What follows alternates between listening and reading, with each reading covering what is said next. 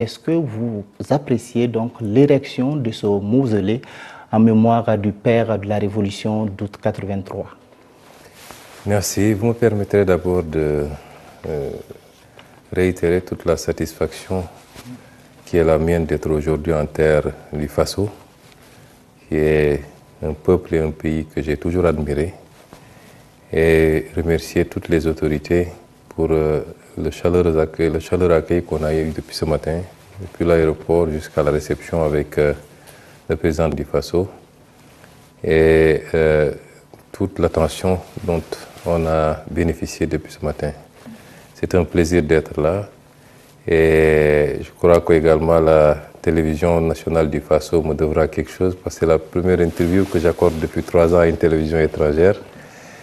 Et c'est vous dire l'importance que j'accordais à cette visite, qui est une visite qui a un double sens. D'abord, comme vous l'avez dit, je suis venu sur invitation de mon homologue, le Premier ministre du Faso, à qui j'avais exprimé d'abord mon souhait de venir pour une visite de travail.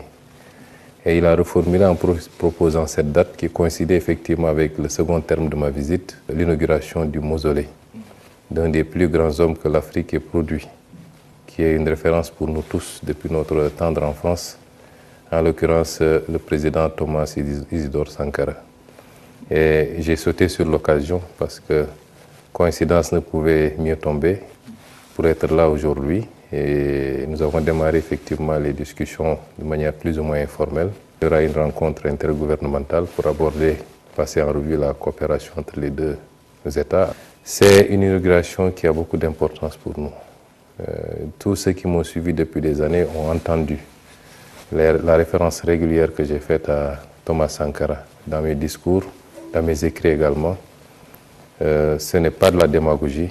Je considère que c'est un homme qui a beaucoup apporté à l'Afrique, qui certainement était peut-être un peu en avance sur son temps, mais qui aujourd'hui continue de nous inspirer dans la double dimension de son combat, dimension de souveraineté, de patriotisme, c'est extrêmement important, mais dimension également d'une gestion rigoureuse et sérieuse de l'État, sobre, pour être au service des populations.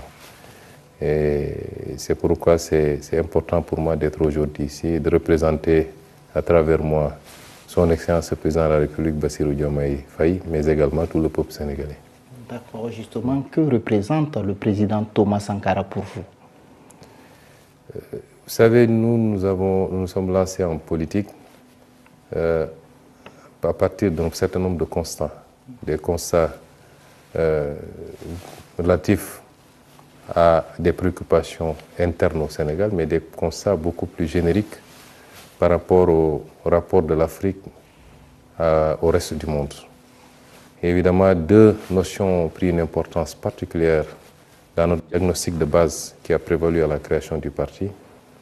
La notion de patriotisme qui interpelle le Sénégal en tant que peuple, en tant que nation, en tant qu'État, et la notion de souveraineté qui renvoie au panafricanisme dans sa dimension la plus fluide.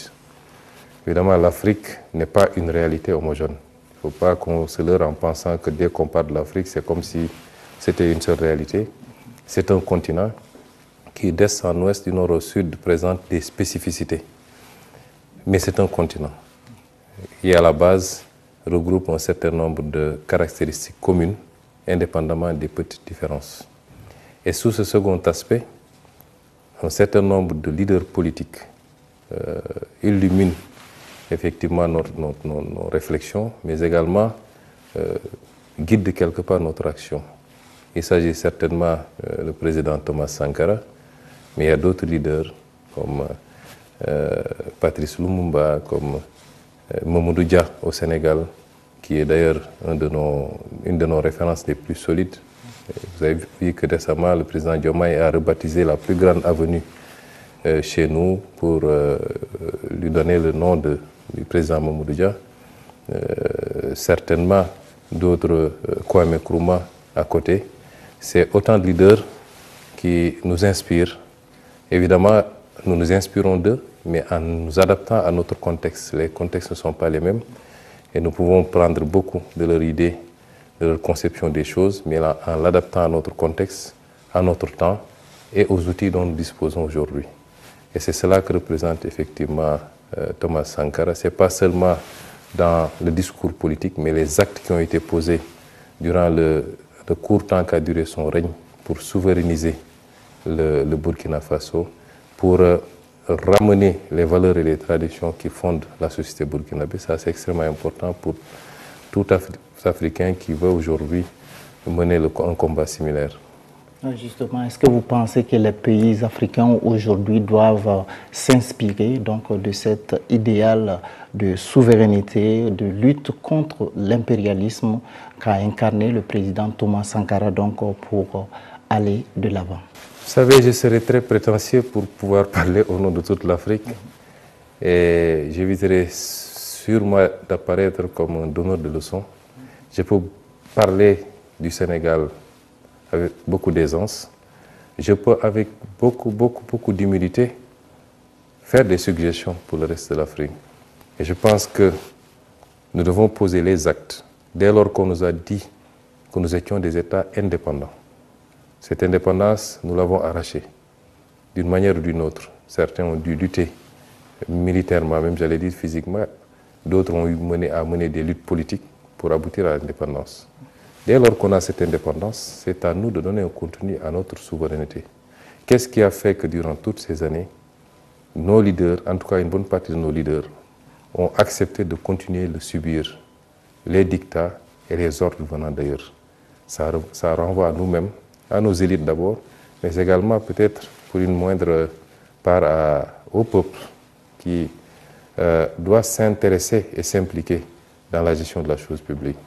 Et c'est pourquoi nous considérons qu'il nous faut beaucoup moins être dans la défensive, mais incarner de manière offensive l'indépendance que nous avons acquise, c'est-à-dire que nous avons acquis en posant des actes très concrets et voir dans quelle mesure ces actes-là seront contredits ou contrecarrés par d'autres. À partir de ce moment, on pourrait revenir sur l'aspect défensif de la souveraineté. Et c'est pourquoi, si je prends l'image du Sénégal, depuis 1 an qu'on est au pouvoir, on a posé des actes de souveraineté. Je n'en veux pour preuve que la présence militaire. On a dit, on ne peut pas admettre au Sénégal qu'il y ait des bases militaires étrangères.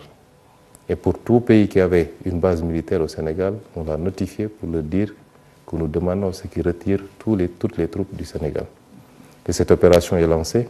Si vous avez suivi l'actualité, il y a 2 jours, une base militaire a été libérée et le processus prendra fin d'ici le mois de juillet et le Sénégal n'aura plus sur son sol de base militaire étrangère. On n'a pas besoin, pour moi ça doit être un acte ordinaire pour un pays, de dire nous sommes souverains, nous avons une armée nationale, nous avons des forces de défense et de sécurité, nous pensons pouvoir gérer nous-mêmes notre sécurité. Et c'est autant d'actes qui sont posés sur la gestion de nos ressources naturelles.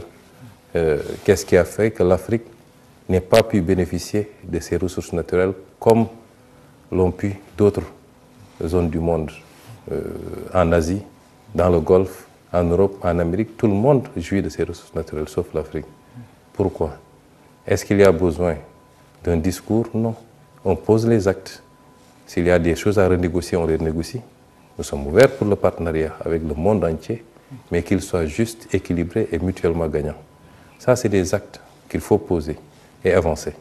Et je pense que nous nous inscrivons, nous, dans cette dynamique et nous souhaitons que ça puisse être le cas de tous les pays africains parce que le continent doit prendre son destin en main maintenant et de manière souveraine, de manière assumée, mais en comptant d'abord et essentiellement sur lui-même. Je n'ose pas de manière péremptoire ou impérative l'élargir à tout le monde, mais je peux, dans le discours et dans les actes qu'on pose, en espérer, inspirer également, comme nous nous inspirons nous-mêmes de ce qui se fait de bien dans d'autres pays africains.